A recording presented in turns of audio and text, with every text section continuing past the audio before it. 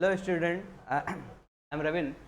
So due to technical fault, we discuss some of the point later. So we have discussed the next point.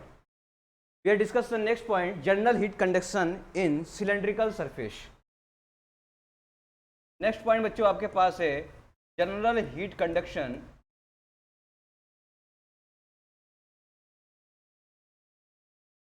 General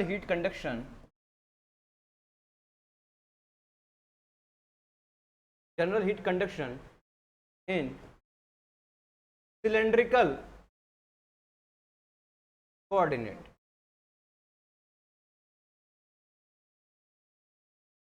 अब देखेंगे general heat conduction in cylindrical coordinate.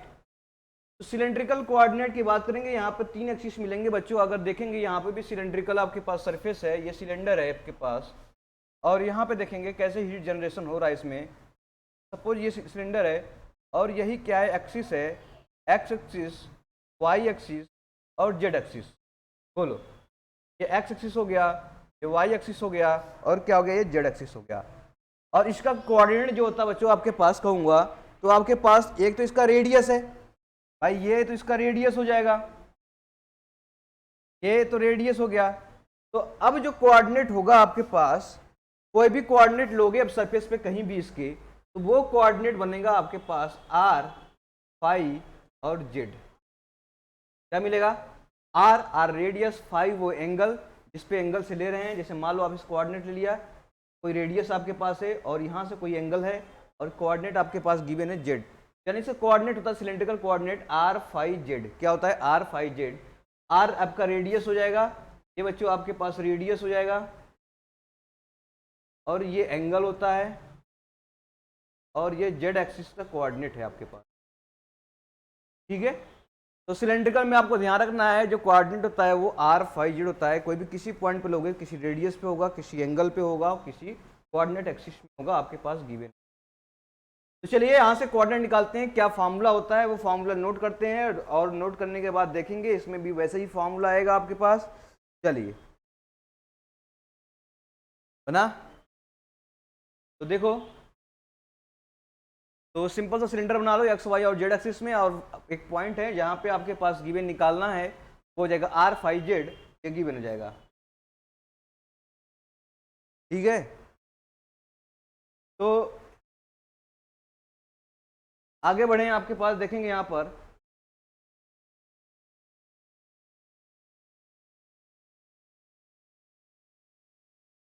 चलिए, तो वो जो formula आपके पास del square by del T del R square plus 1/r क्या हो जाएगा, del T by del R plus 1/r square del T by del phi square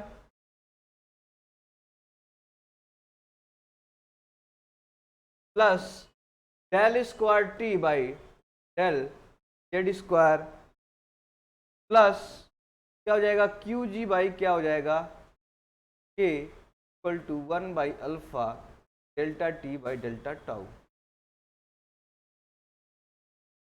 ठीक है, टाउ है.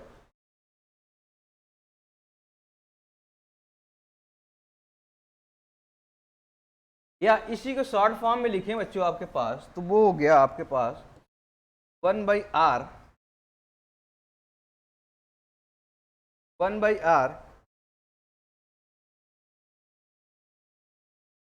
Del by del R into R del T by क्या हो जाएगा, del R. ठीक है, plus plus Q by K plus alpha del T by tau. और ये जो इक्वेशन है आपके पास, ये वाला इक्वेशन, ये ओनली आर डायरेक्शन में है. में आर डायरेक्शन में इसको हटा लो. अगर आपसे पूछे में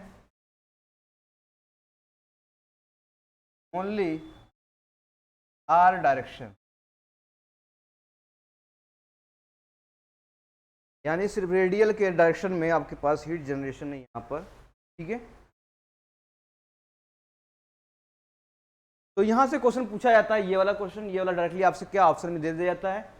तो बात यही है, चाहे इसको ऐसे लिख दो, इतना पोर्शन को, ये पोर्शन देख रहे हैं, ये वाला पोर्शन, ये वाला पोर्शन, कहां से, ये वाला पोर्शन।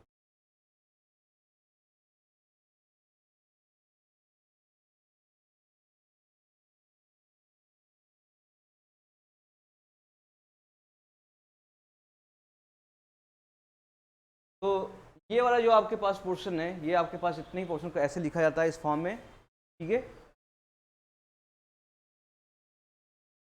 और कहां से,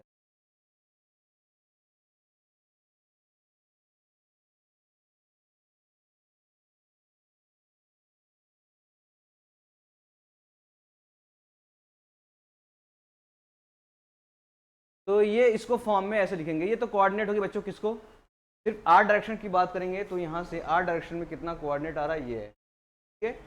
तो इस फॉर्म को हम क्या लिख सकते हैं, फॉर्म में लिख सकते हैं, डिफरेंशिएशन फॉर्म है इसका। तो याद रखना यहाँ से क्वेश्चन आया हुआ है ऑब्जेक्टिव में, कौन कौन सा ये है आपके पास, ठीक है। तो ये वाला वर्ड याद रखना है, यहाँ पे क्या होगा, 1/r होगा, सिर्फ क्या होगा, 1/r del T by del r. यहाँ से ऑप्शन में आप टिक कर पाओगे। इसी तरह बच्चों हीट कंडक्शन देखते हैं स्फीयर के लिए, किसमें, स्फीयर के लिए। तो अब स्फीयर के लिए देखते हैं हीट कंडक्टेंस इन स्फीयर के लिए। स्फीयर के लिए देखेंगे तो स्फीयर में क्या होगा, ये सिंपल सा स्फीयर आपके पास ये है, ये स्फीयर है, ये भी आपके पास एक्स वाई और जेड एक्सिस में हो जाएगा, ठीक है। इसका भी कोऑर्डिनेट कहीं लेंगे तो आर फाई और जेड मिलेगा, बोलो क्या मिलेगा, आर फाई और जेड मिलेगा। तो कितना हो जाएगा, इसी तरह आपके सिमिलरिटी क्या हो जाएगा, सिमिलर जैसे हम लोगों ने उसमें देखा था वो आपके पास गिवन हो जाएगा। तो अब इसको लिखेंगे, हो जाएगा डेल स्क्वायर बाई टिल डिवाइडेड बाई आर स्क्वायर। ये किसका हो जाएगा, डायरेक्शन, आर डायरेक्शन की बात करें, ये आर हो गया, आर फाई जेड कोऑर्डिनेट लेना है आपके पास। और ये हो जाएगा 2/r del T by del are.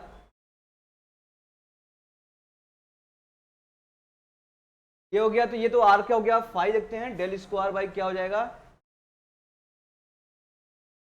तो डेल स्क्वायर टी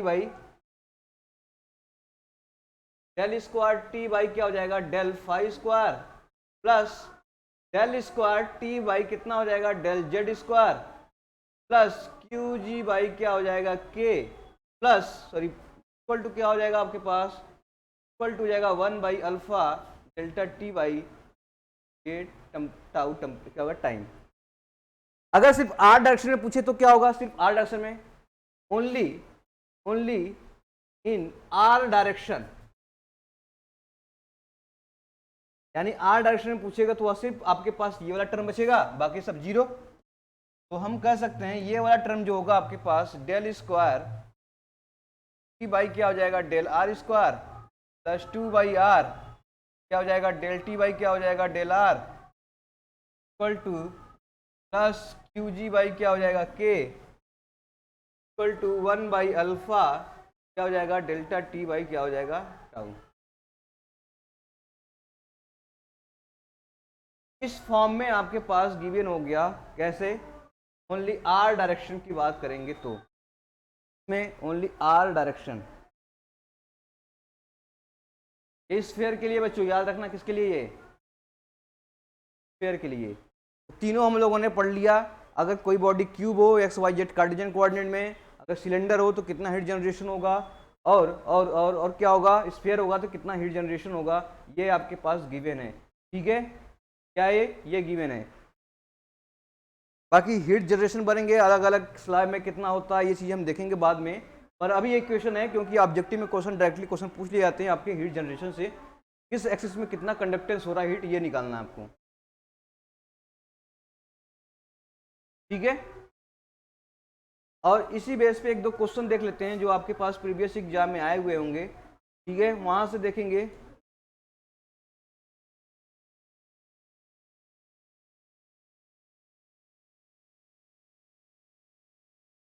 देखिए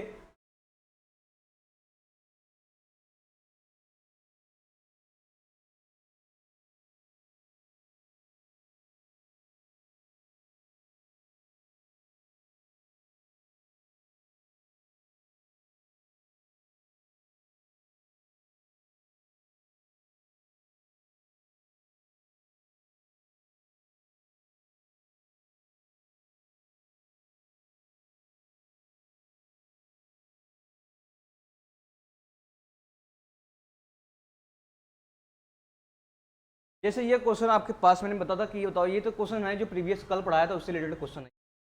तो पूछा है कि the ratio of heat flow Q1 and Q2 from two wall same thickness have their thermal conductivity K1 and 2 K2। तो ये बोला है कि बच्चों आपके पास टू वॉल है, सेम थिकनेस का है, थिकनेस मान लो x है तो इसका भी क्या है आपके पास x है, या l है तो l है आपके पास गिवन है। और पूछा है K1 ये क्या है आपके पास, जो पहला वाला जो K1 है वो कितना है 2K2 है, और मान लो ये K1 हो गया ये K2 हो गया।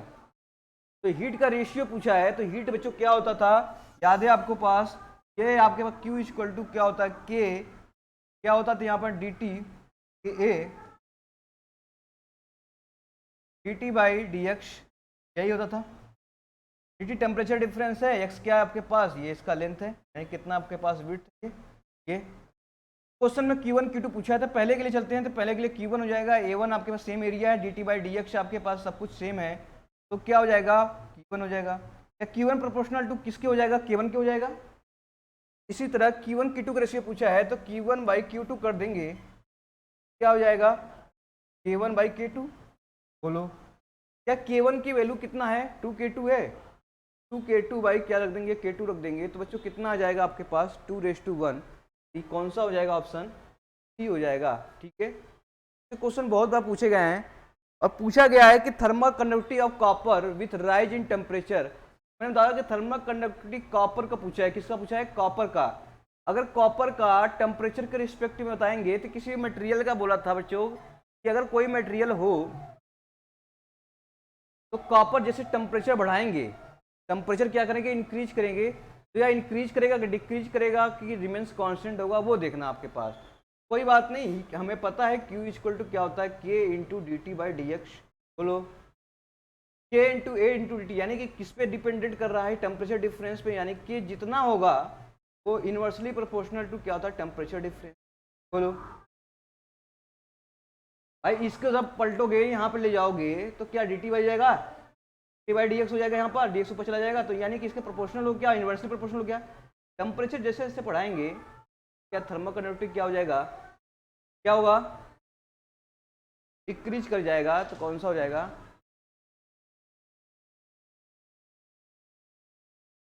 Thermal conductivity of air with rise in temperature. याद है हमको थर्मल कंडक्टिविटी रहा था एयर के लिए, एयर के लिए टेम्परेचर की बात करेंगे तो क्या हो जाएगा वो हमेशा बढ़ेगा। भाई टेम्परेचर एयर का था आपके पास और लिक्विड में था थर्मल कंडक्टिविटी डिक्रीज होता है, ये याद रखना, तो हमेशा क्या होगा इंक्रीज हो जाएगा। Heat flow one body to another body they have, तो क्या हो जाएगा टेम्परेचर डिफरेंस। भाई हीट फ्लो तभी होगा जब टेम्परेचर डिफरेंस होगा। जैसे बताया था बच्चों पानी का बहना, तब पानी को हाई प्रेशर से लो प्रेशर की तरफ बहता है, करंट का बहना हाई पोटेंशियल से लो पोटेंशियल की तरफ जाता है। इसी तरह टेम्परेचर का फ्लो होना हाई टेम्परेचर से लो टेम्परेचर की तरफ हीट फ्लो होता है। ठीक है, टू वॉल जिसका है D and two D call A and B made of material such है कि इतना आपके पास K K B two K B है, different temperature shown in figure directly proportional to thickness of the ratio of the given transfer through A that through B. तो कितना निकालना है आपके पास बच्चों, क्या निकालना है आपके पास हीट ट्रांसफर निकालना है। हीट ट्रांसफर Q1 मान लो आपके पास ए है, तो क्या हो जाएगा K A area to D T by क्या हो जाएगा डी एक्स, यानी x कितना लेंथ है यहाँ पर d है, तो पहले के लिए मान लो x1 है आपके पास d। ठीक है, दूसरे के लिए निकाल लो QB बराबर क्या हो जाएगा एरिया b, यानी कि area too temperature difference same है क्या, और ये लेंथ कितना हो जा रहा है बच्चों ये 2d हो जा रहा है। देखो क्या क्या वेरी है क्या क्या चेंज है वो देख लो, क्या k वेरी कर रहा है d वेरी कर रहा है, बाकी सब तो कुछ कांस्टेंट है। बोलो बाकी तो कुछ वेरी नहीं कर रहा है। ठीक है, एरिया क्या नहीं तो ए एंड बी दिया है और material such that thermal conductivity इतना if difference temperature two sided proportional thickness of the ratio. हाँ तो ये हो गया। तो एक काम करते हैं, आप के की जगह कितने 2k भी रख देते हैं, तो सिंपल सा क्या हो जाएगा क्यू ए रेशियो पूछा है तो निकाल लेते हैं, ये हो जाएगा 2kp हो जाएगा ए की जगह, और यहाँ पे d आपके पास ये है, इस तरह क्यू बी आपके पास क्या हो जाएगा के बी हो जाएगा यहाँ पर इंटू 2d हो जाएगा। तो इनको रेशियो निकालो Q A by Q B, Q A by Q B निकाल लेंगे, देखते हैं कितना आता है। तो अब निकालोगे 2 KB upon D, KB by D, और ये क्या हो जाएगा KB डिवाइड बाई क्या हो जाएगा 2D, कट जाएगा डी, KB कट जाएगा, डी कट जाएगा, तो बचेगा क्या आपके पास 4/1। तो आपके पास कौन सा आंसर हो जाएगा, बी आपसे करेक्ट हो जाएगा।